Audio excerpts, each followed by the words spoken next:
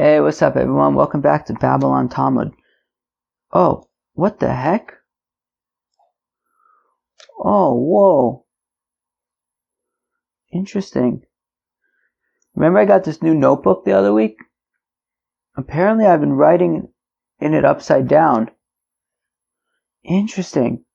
I just noticed that it's got one of those ribbon things on top that you can put in to hold your place in the book. So I'm just pulling it out now as we speak, and apparently it's on the bottom right now, which means I've been writing upside down, but there would have been no other indication of that, which means that I think that this notebook is lacking in certain design. There's literally no indication of which way is up and down, and I was able to write in it for 2 weeks without knowing that I was writing in it upside down. What do you guys think? Design flaw? I don't know. How else can you explain it? Great. Now I got this thing hanging down the bottom. What do you want me to tell you? Today we're studying Daf Mem Ches of Masechta Pesachim. So the first there's some juicy machlokes on this Daf. A little bit technical, I guess. But baking hallah, continuing on baking hallah of terumah temaya. And the machlokes in Rabbi Eliezer and Rabbi Yeshua, and Rabba and Rav Chizda. Now we're going to introduce Rabbi Bar Chama, Rav Papa, Rav Shila Ber Davidi. Exciting times. Oh, Rav Zera, Rav Yirmiyah. Okay.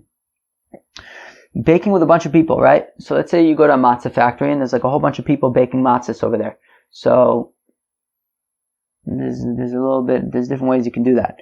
And then we discussed something which we mentioned the other day already, these different stages of fermentation, like si'ur, siduk, things like that. Okay, so we're going to start on Daf Mem Ches. Now, because we got a little bit further into the Daf yesterday, we could start a little bit further into the Daf.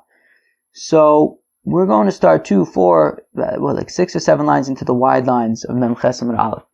Here we go. You guys ready? Good. Rabbi Bar Chama says Rabbi Bar Chama had Rav Chizda v'Rabba machlokes Rabbi Eliezer v'Rabbi Yeshua he. Aha. Okay. So who could tell me what Rav Chizda and Rabba said? So it's machlokes in Rabba and Rav Chizda. Okay, if you have somebody who bakes bread on Yom Tiv, now he's already eaten his Yom Tiv Sudas. So he really has no reason to be baking the bread. He's clearly baking it because he wants bread the next day, and the next day is Yom Tov. So Rav Chizda says that we whip him because he's clearly baking on Yom Tov for the rest of the week, and that's not allowed.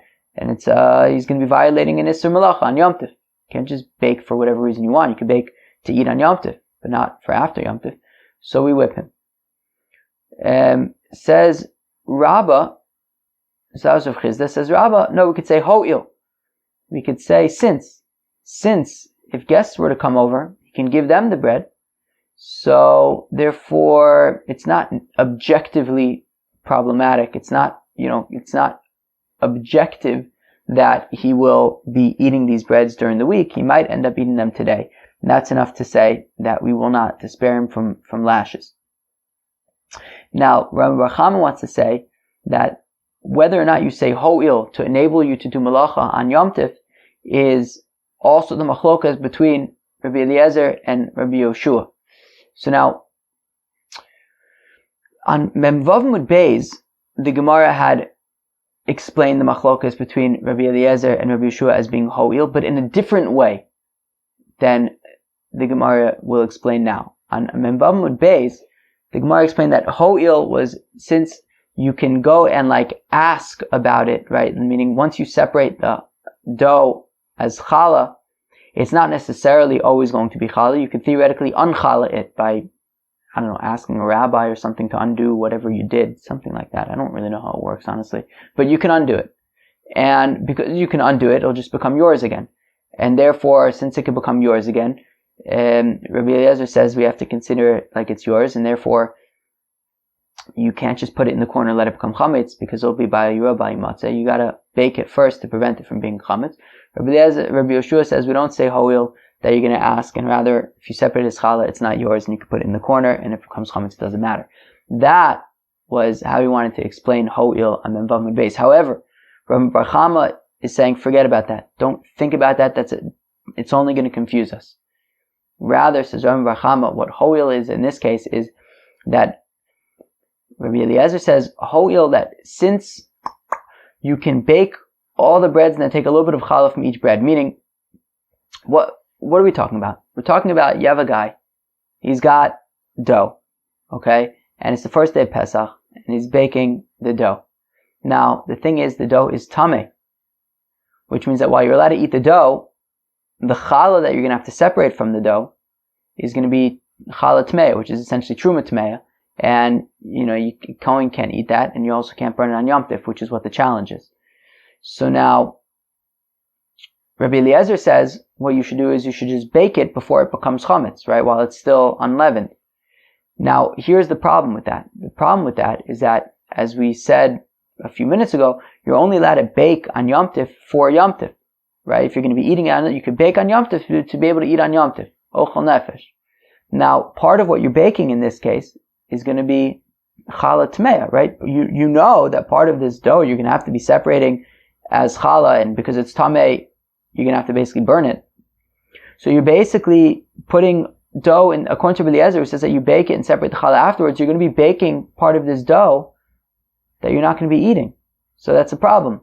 So, however, we could say ho'il.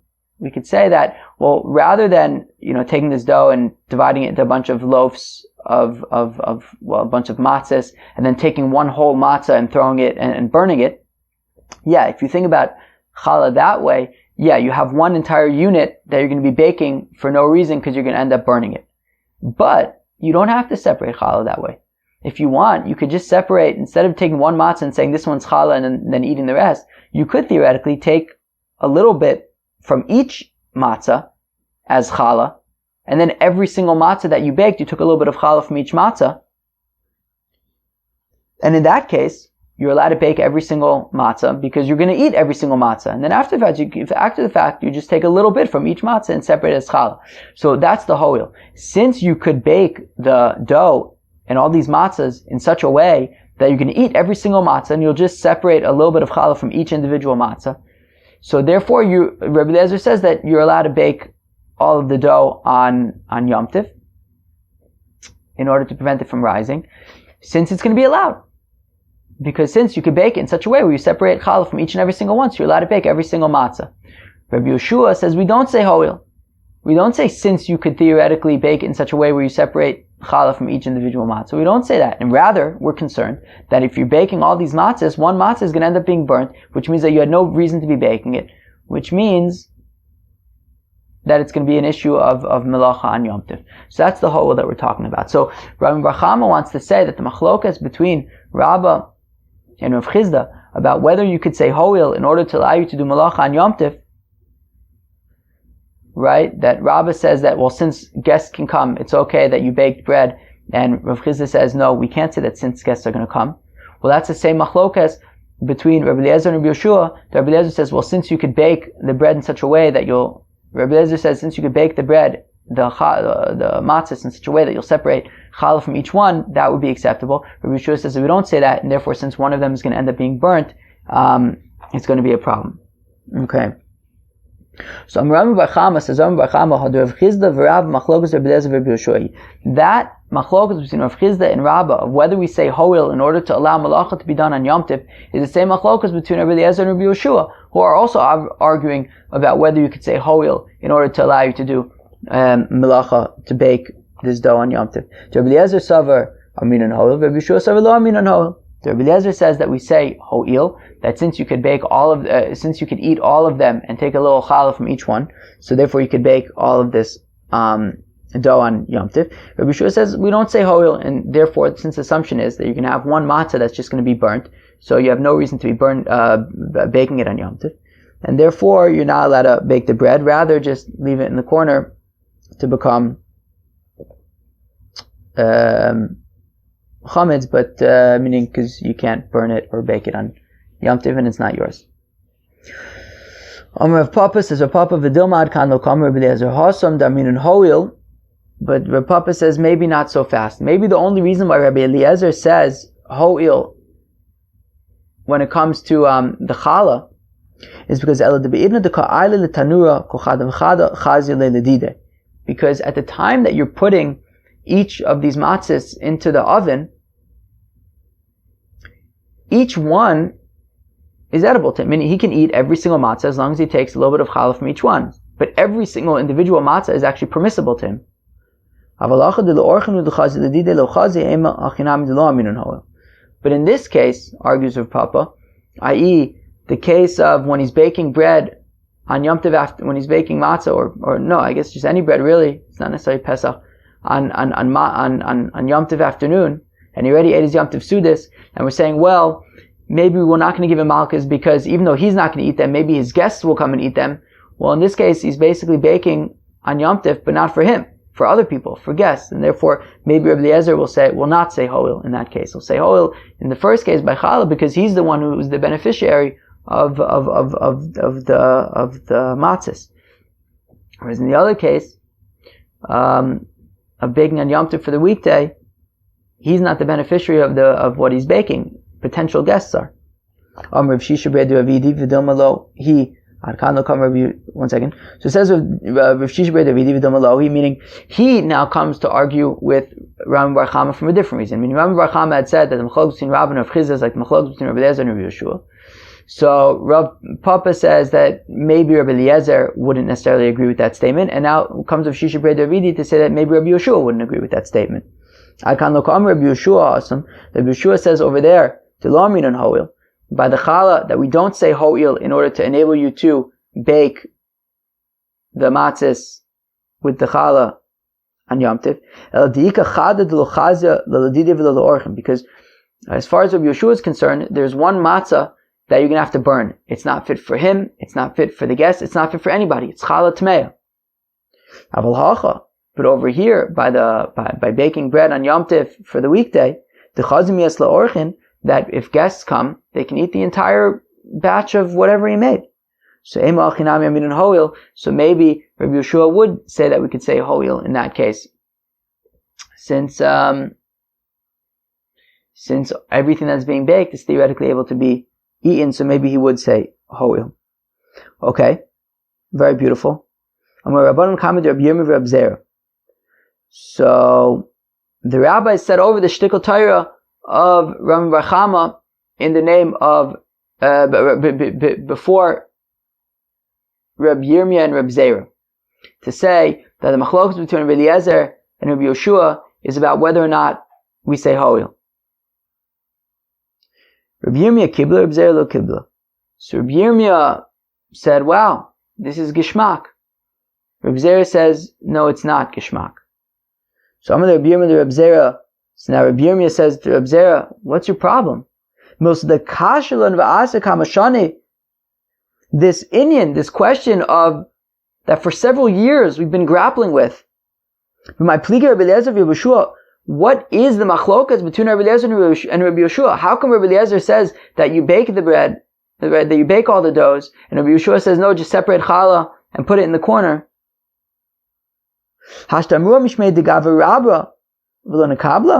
And now we're saying it, and somebody's coming and explaining us this machlokas in the name of a great man, in the name of Rambam Bar Chama, to say that what they're arguing about is whether or not you say ho'il, whether or not we could say that since you could theoretically eat all of the matzahs and just separate a little bit of challah from each one. That's what they're arguing about. Why wouldn't we accept this? This is amazing. We've got this question for years, and now we're saying that Rambam Bar Chama says it's machlokas about ho'il. So Amalei, so Reb Zera responds to Reb Yirmiyah, says, Heichi akabla, how can I possibly accept this? Says Reb Zera, how can I possibly accept that this machlokas between Reb Eliezer and Reb Yeshua is about whether or not you say ho'il? The Tanina, because we learn in a brisa, I always thought that the Tanina was a Mishnah, but this apparently seems to be a brisa. The Rabbi Yoshua says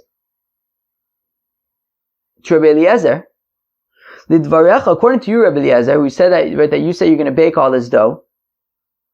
Rabbi Eliezer, you're doing melacha on Yom Tov.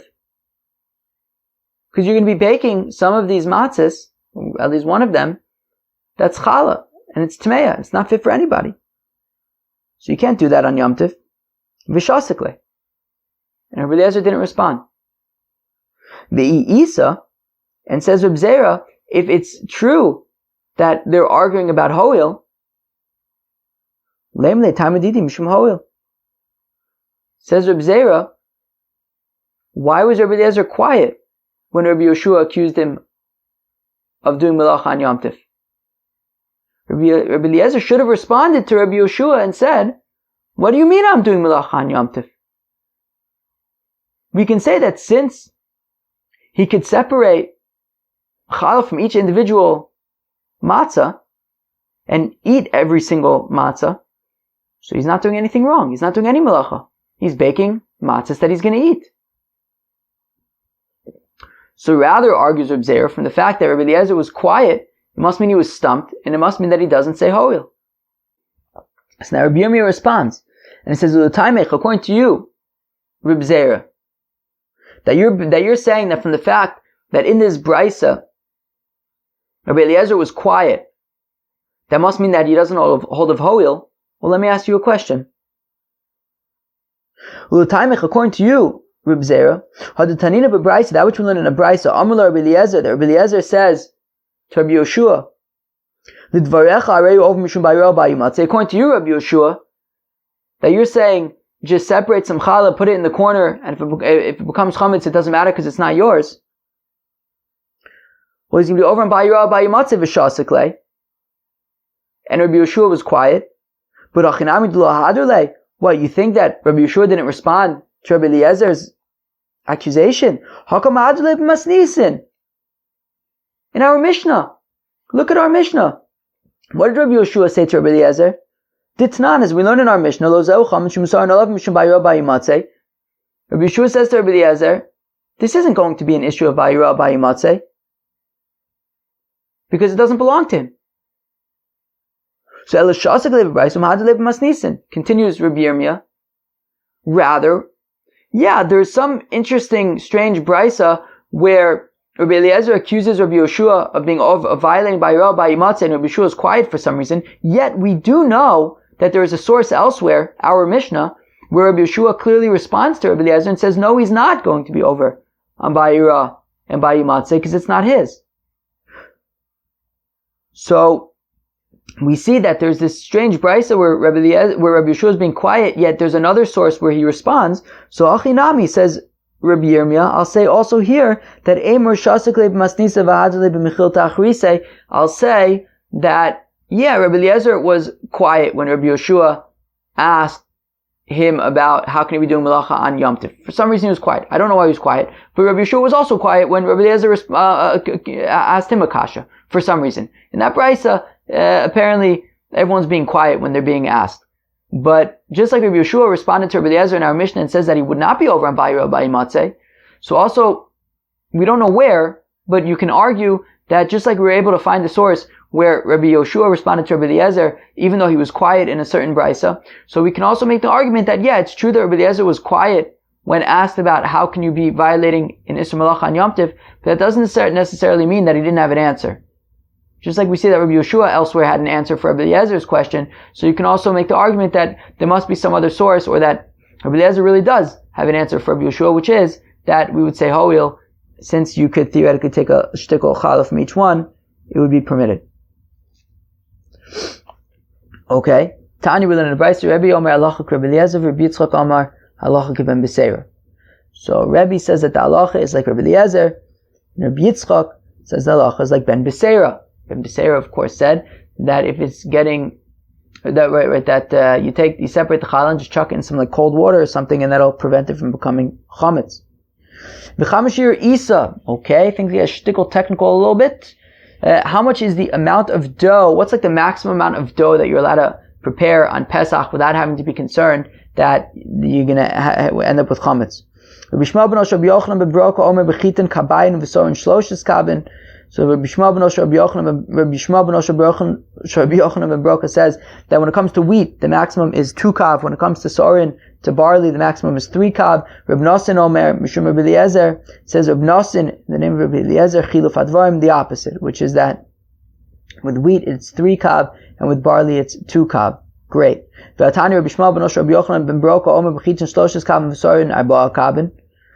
we learn in a brayso that Rabbi Shmuel ben Osher Rabbi Yochanan ben Broka doesn't say it's 2 kav of wheat and 3 kav of barley. He says it's 3 kav of wheat and 4 kav of barley.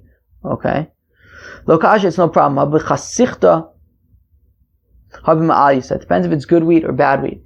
If it's what was it? If it was good wheat, you can have more, right? Oh no, the opposite. If it's bad wheat, you can have more. Yeah. If it says Rashi, right, that if it's 3 kav of the bad ones, the equivalent of 2 kav of the good one. Okay, so it depends if it's good or bad. So now Amar of Papa, it says of Papa Shmamina, Gri and Chite Chasichta Michite Ma'alisa, Tfemi degree and Sari Chasichta Misari Ma'alisa, Diluasam Tilsa Vachariva. Okay? Then our Papa says that we could see from the fact that you're allowed to have 2 kav of good wheat and 3 kav of bad wheat versus 3 kav of good barley and 4 kav of bad barley. So you see that bad wheat is significantly worse, or measurably worse than bad, right, to good wheat than bad barley is to good barley, because the difference between 2 and 3 is a 50% difference, whereas between 3 and 4 is a 1/3% difference, or as the Gemara calls it, a third and a fourth, because meaning after you've added the 50% from 2 to 3, what you're left is with that increase was really 1/3 of the total, right? Meaning, if you start with 2 and then go to 3, so then you have a 50% increase. But then when you look at the total, i.e. when you added 1 kav and now you have 3 kav, so that 1 kav that you added is 1 of the total of 3. So it's 1/3, even though you added 50%. Okay, same thing with 3 to 4, right? So if you add 1 to 3 to go to 4, so you added a third, but now that third that you added, i.e. the 1 kav, is 1/4 of the total, which is now 4 kav. Okay. Now, Amar Rav, says Rav, Kava milugna'a Pesachim v'chein l'challah, says Rav, that a kav of wheat from milugna'a, so then that is the maximum. This kav of milugna'a wheat is the maximum on Pesach, and also for challah. If you have that kav's worth, it'll be chayiv and challah. We learn in the Mishnah chamishes rivayim kemach v'od chayiv and b'challah. We have a Mishnah that says, wait, it's not a kav that's chayiv and challah. It is a kav and a quarter and a little bit more than that. So Achi Kamar, this is what Rav is saying. Kav milogna'i nami ahai shiur koi. That a milogna'i kav is the equivalent of 1 1/4 and a little bit more kavs. Rav Yosef says, Rav Yosef, Haninoshi Didan, our women, Nog Lemefa Kapiza Lepischa. So on Pesach, they davka bake batches of dough that are less than a kav to make sure that they won't become chametz. Amalei Abaye says to Rav Yosef, My daitech l'chumra. What? You think that, what is the whole point that they're being so stringent? Chumidasa de kulo. The kamafka la michal. Says Abaye, while it sounds very commendable that they want to be sure to have less than a kav so that there's no issues of the batch becoming chametz, but then again, they're also losing out on the ability to separate challah. That's a mitzvah. So, Amalei, so Rav Yosef responds to Abdin Rabbi Eliezer. Well, they do like Rabbi Eliezer. It's not. Rabbi Eliezer, Omer says Rabbi Eliezer, Harodev v'nosan l'sal. If a person bakes bread in an oven, then he takes the bread out of the oven, puts it in a basket, hasam tzarfin l'challah, the basket joins together all of the breads in the basket to make them chayiv and challah. So therefore, when we're saying that these women bake matzos on Pesach, and they use a batch of dough that's less than a kav, so even though, that individual batch will be less, will be potter from challah, but once they take the matzos out of the oven and put it in the basket with all the other matzos that they're also baking, so then as long as cumulatively in the basket there's more than a kav, so then it will be chayiv in challah. V'amar Rav Yehuda Amar Shmuel halacha Rabbi Eliezer. It says Rav Yehuda in the name of Shmuel that the halacha is Rabbi Eliezer. Omerle, Abai responds to Rav Yosef, Vayit Marla, but it was said about it.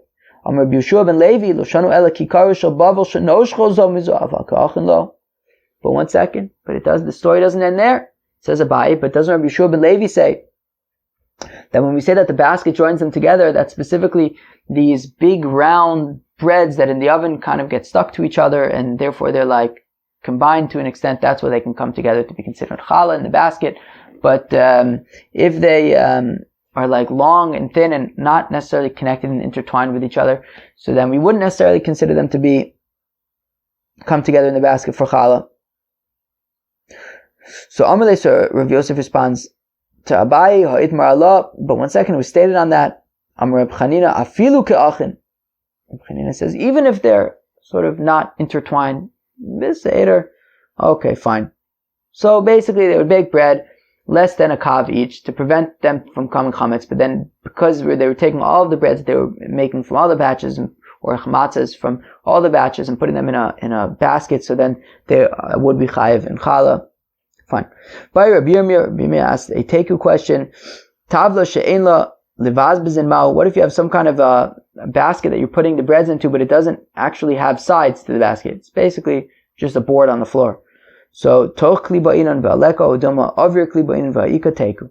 So do we say that you have to have an inside of this kli? And here there's no inside because it's just a board.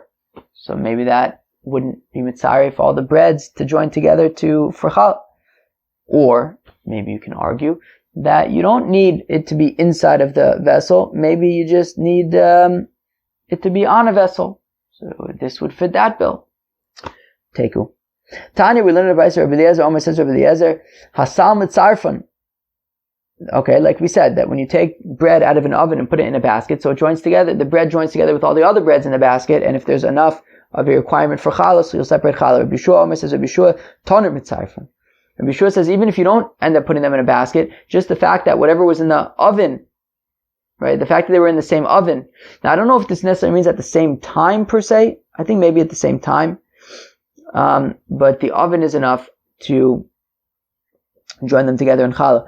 Reb Shimon ben Gamliel says, Reb Shimon ben Gamliel, kikar shel bavel shenosh chozom zom mitztarfos. He says, like Reb Yeshua ben Levi was saying, well, really, I guess Reb Yeshua ben Levi is probably saying like Reb Shimon ben Gamliel, which is that specifically these breads that are kind of connected, these big round breads that get stuck to each other, so they are able to join together in challah, but not like the ones that don't get stuck together.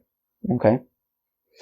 Now we get to a new Mishnah which discusses what do you do when you have a bunch of people baking matzahs together?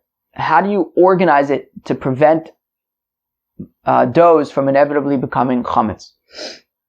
So Gamliel says, look, if you have 3 women who are baking matzahs together, so they can all be kneading the matzah, the dough at the same time, i.e. they can all be doing everything at the same exact time. Now the thing is, you can't get all of the doughs into the oven at the same time. You know, while they could be preparing the dough all at the same time, you can only put them into the oven one at a time.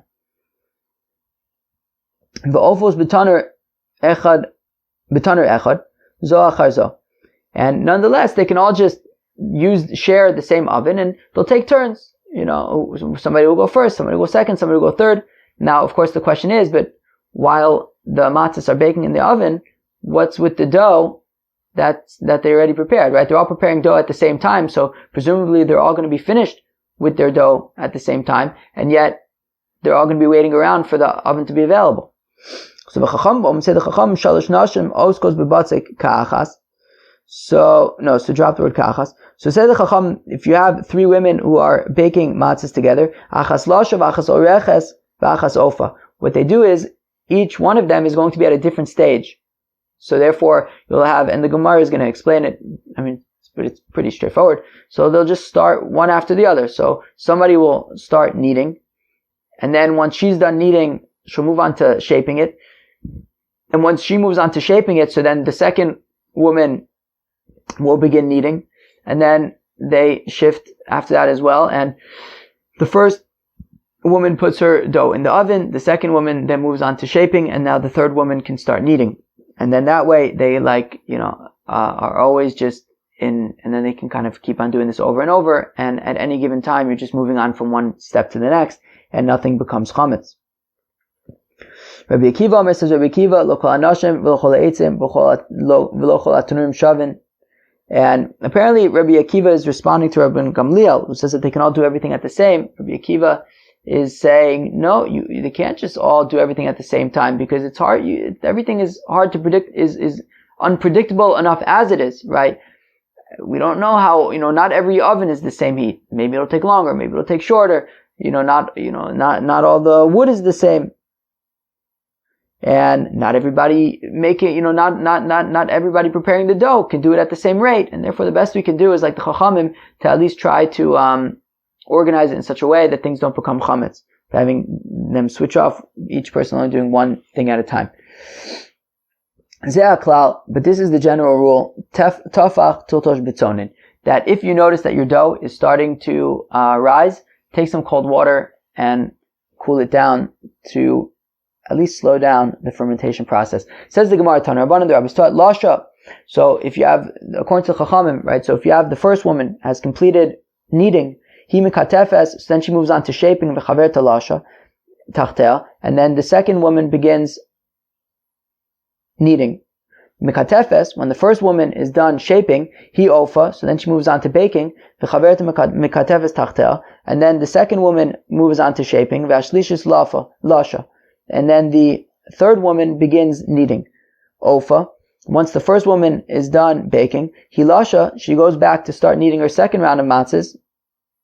V'chaverta ofa, and the second woman now moves on to baking, tachtea, instead of her. Vashlishis mikatefes, and the third woman now moves on to shaping. B'chozus chalila, and then they keep on just doing this as many times as they want until they run out of dough.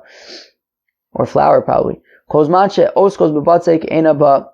It's interesting. So now the Brisa says, as long as they're dealing with the dough, as long as they're playing with the dough, so it's not going to become chametz. Rabbi Akiva says, Rabbi Akiva, not everybody's the same. Not everybody moves at the same pace. Not every oven cooks at the same heat. Tani, we learn in the Brisa, Rabbi Akiva says, Rabbi Akiva, Danti lifnei Rabbi Gamliel, I argued in front of Rabbi Gamliel, Yilamdenu Rabbeinu, teach us. B'nashim zrizos or b'nashim she'en. Are we talking about women who move very quickly, or maybe women who don't move so quickly? Beitzim la'achim or beitzim uveshim? Talking about moist wood, which doesn't burn as quickly or as well, or dry wood, which burns well. B'tanu cham or b'tanu tzonin? We're talking about a warm oven, or we're talking about a cold, a cooler oven, which doesn't bake as fast. Says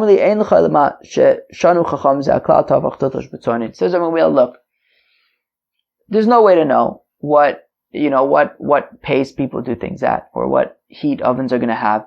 There's too many variables, too many unknowns. However, says Rabbi Gamliel, what we do know is that if you see that it's starting to leaven, to rise, take some cold water and cool it down.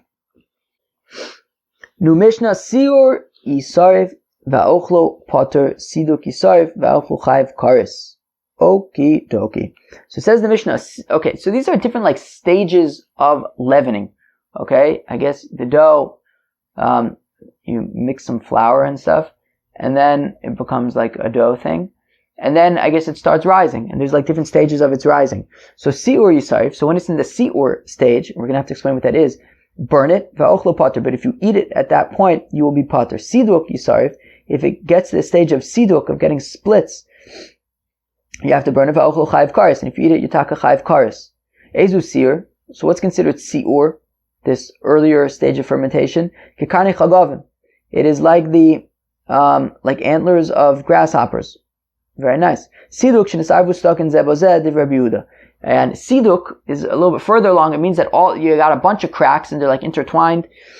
And and that is Rabbi Yehuda's opinion. The Chachamim say the Chachamim, which is Rabbi Meir's opinion, that both, that both of Rabbi Yehuda's opinions, as far as Rabbi Meir is concerned, as far as the Chachamim are concerned, is chayiv karis, meaning both the grasshopper antler cracks as well as the intertwined cracks are too much.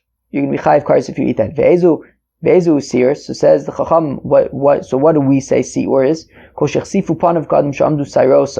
That si'ur is when the dough becomes pale, like a person who gets very scared and his hairs stand up. So it's very pale. So when the dough becomes pale, that's what si'ur is, and you have to burn it at that point. But if you eat it, you'll be pater. And then siduk, according to the Chacham, would be when there become small cracks like grasshopper antennas. And at that point, if you eat it, you're already chayiv kares. Says the Gemara, Tan Rabbanan, the rabbis taught, Ezu si'ur. What is si'ur called? Shech sifu panav. That when the dough becomes pale, kadam shamdu sayrosav, like a person who gets scared and his hairs stand up. Siduk. What is siduk? Kikani chagavim divrei Meir. Siduk is like when it gets grasshopper antennas. That is Rav Meir's opinion. Chacham say, Ezu si'ur. What is si'ur? Kikani chagavim. That si'ur is the grasshopper antennas. Siduk. Shensarvu stuck in zebazeh. That these siduk, these cracky things, are when there's so many cracks that they're all like overlapping and mazy. Vizeh ochlo chayiv kares. Now, interesting, the Brisa now says, now both si'ur and siduk you're chayiv kares. Now that's different than our Mishnah, which said that si'ur you're pater and siduk you're chayiv kares. Va'anatan si'ur yisari va'ochlo pater div Rabbi Yehuda. But our Mishnah said that according to Rabbi Yehuda, si'ur is pater, and siduk is chayiv kares. Yet over here, this brisa is saying in the name of the Chacham, who's really Rabbi Meir's opinion, is really in the Mishnah, the Chacham was Rabbi Meir's opinion. In this brisa, though, it's Rabbi Yehuda's opinion, because they're saying that si'ur is the grasshopper antennas, and the siduk is the lots of cracks. And so while in our Mishnah, Rabbi Yehuda had said that si'ur is pater and siduk is chayiv kares, in this brisa, Rabbi Yehuda seems to be saying that, meaning I don't know what I just said, but in the Mishnah, Rabbi Yehuda says that si'ur is pater and siduk is chayiv kares. Yet in the Brisa, Rabbi Yehuda seems to be saying, meaning the Chacham who are saying Rabbi Yehuda's opinion, seem to be saying that both si'ur and siduk are chayiv kares. So, or rather, I'll say Rabbi Meir zev ochel chayiv kares. No, what it's saying is that both that Rabbi Yehuda's definition of si'ur and siduk, that they're both referring to different types of cracks. So Rabbi Meir would say that you'd be chayiv kares for both of them, because he says that si'ur is specifically when it gets pale, but there wouldn't be able to be any cracks. Rava says, Rava, my time with Rabbi Meir, what does Rabbi Meir say? That even if there's like grasshopper cracks, you're going to be chayiv kares, because ein l'chol kol sedek v'sedek milamayla she'en lo kama sudoka milamata, because you never have a little crack on the top of the dough without there being lots and lots of cracks on the bottom of the dough. So even if you have grasshopper cracks, there's an indication there's lots of cracks inside of it, and therefore you're going to be chayiv kares according to Reb Meir. That was Daf Memches of Masechta Pesachim. Let us review. So we started off the daf with continuing on the machlokes between Rabbi Eliezer and Rabbi Yoshua regarding baking hallah of terumah temaya. That Rabbi Bar Chama wanted to say that the machlokes between Rabbi Eliezer and Rabbi Yoshua is about whether or not you say ho'il in order to allow malacha to be done on Yom Tiv. Rabbi Eliezer says yes, we say ho'il. Rabbi Yoshua says we don't. Rabbi Bar Chama wanted to say that that's just like the machlokes between Rabbi and Rav Chizda. Then we saw Rav Papa and Rav Shisha Breda of Idu says that you can't necessarily draw the parallel between Rabbi Eliezer and Rabbi Yoshua and Rabbi and Rav Chizda. Then we saw Rabbi Yirmiyah and Rabbi Zera, that Rabbi Yirmiyah thought that Rabbi Bar Chama's analysis was very nice, that the machlokes between Rabbi Eliezer and Rabbi Yoshua is about ho'il. Rabbi Zera did not want to accept that. We discussed baking with a whole bunch of people. Rabbi Gamliel says that they can all do everything at the same time. They can all knead and shape at the same time. And then when it comes to baking, you're just going to have to go one at a time in the oven, because it's not such a big oven.